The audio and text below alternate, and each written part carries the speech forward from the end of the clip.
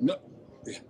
So I'm Mueletshedzi Helen Phosho from the University of Johannesburg, where I'm currently doing a PhD in suitable locations of affordable housing.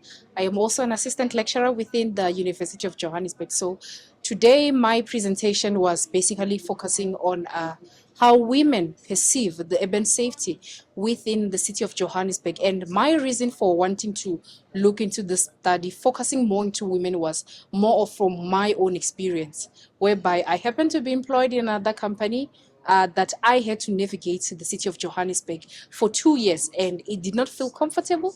It did not feel safe. So thus I decided to say, let me look into other women and see, do they share the same sentiment with me? And then we developed the study, and then I interviewed 30 women on their experiences on how they navigate the city. And what I found out from the women was that women do not feel comfortable with moving throughout the city of Johannesburg, be it them moving from one place to another by walking, or being them coming to Johannesburg through public transportation, get off a public transportation to another public transportation. They didn't feel safe. The issues that were mainly raised was the issue of the sidewalk within the city, especially in the inner city. They are in a way occupied by vendors. So half of the sidewalk is basically occupied by somebody selling, and then the other half has to be used by people. During peak hours, people have to squeeze in. So you have a choice. Either you squeeze in with other people and stand a chance to get pickpocketed, or you walk on the road itself, which is also not pretty much safe. Another issue that was raised by women was the issue of lightning within the city. Some street lights, they don't necessarily work.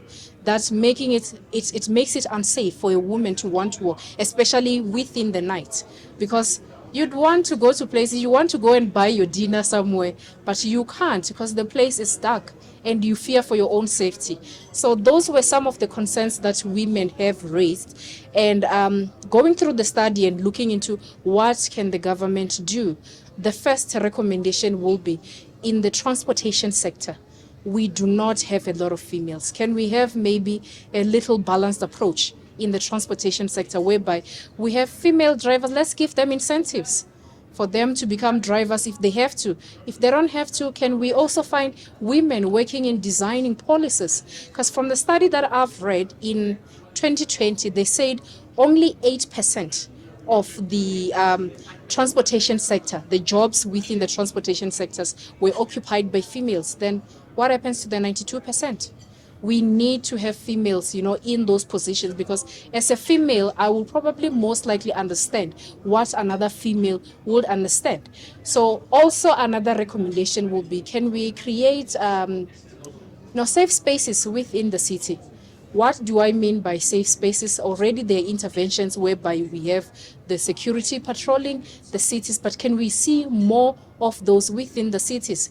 Those corner shady areas within the city, can we have security patrolling those areas?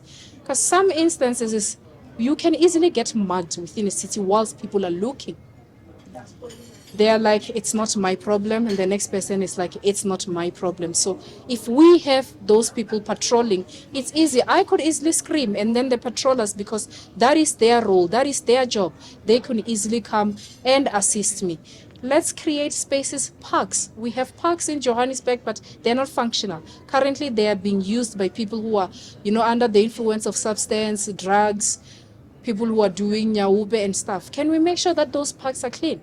Can we make sure that those parks are safe, whereby I'm walking from one point to the next, I can sit in a park and relax so that I can continue with my journey. Maybe I was doing shopping, Carlton Center, for instance. Now I'm coming back to Doornfontein. Let me find a park where I can relax, feel safe. That makes it much easier for a woman to say, okay, I can walk from Carlton Center, I will stop in this park and rest and then continue with my journey.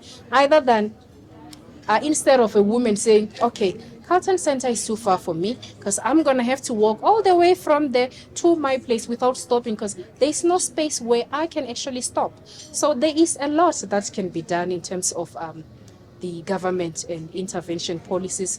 Firstly, can we also include women in the design? Currently, Johannesburg is going through a revitalization process. We all know that Johannesburg, initially, it was created for males. Those were the men that were coming to the city to work in the gold mines. But currently, we have many females that are also working within the city. The city was never designed for them in the first instance. So when we do our revitalization process, can we also include women's perspective? Can we have women that say, okay, this is what is going to work for women? Not saying that other genders don't matter. They do matter, but we need to look more into the women because they are the ones that are getting persecuted more.